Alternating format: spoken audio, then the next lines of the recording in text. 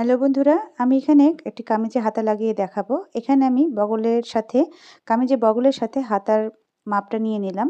এবার এই যে কামিজের যেখানে জয়েন্ট পয়েন্ট তার থেকে 1/4 ইঞ্চি পরিমাণ কাপড় বাদ দিয়ে আমি কিন্তু কাপড়টাকে একটি পয়েন্টে হাত দিয়ে ধরে রাখলাম। আর সেই পয়েন্ট অনুযায়ী আমি হাতার জয়েন্ট পয়েন্টটাকে মিলিয়ে ধরবো।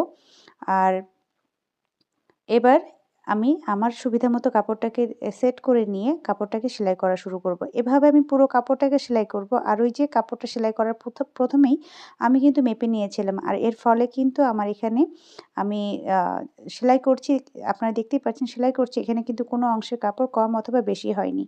আচ্ছা, সেলাইটা যেখান থেকে শুরু করেছি তার শেষ হওয়ার আগ মুহূর্তেই কিন্তু আমরা একটু মিলিয়ে দেখব যে কাপড়টা সমান আছে কিনা।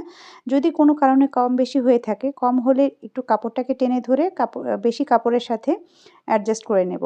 আর এই যে আ মার্জিনে যে কাপড়টা রয়েছে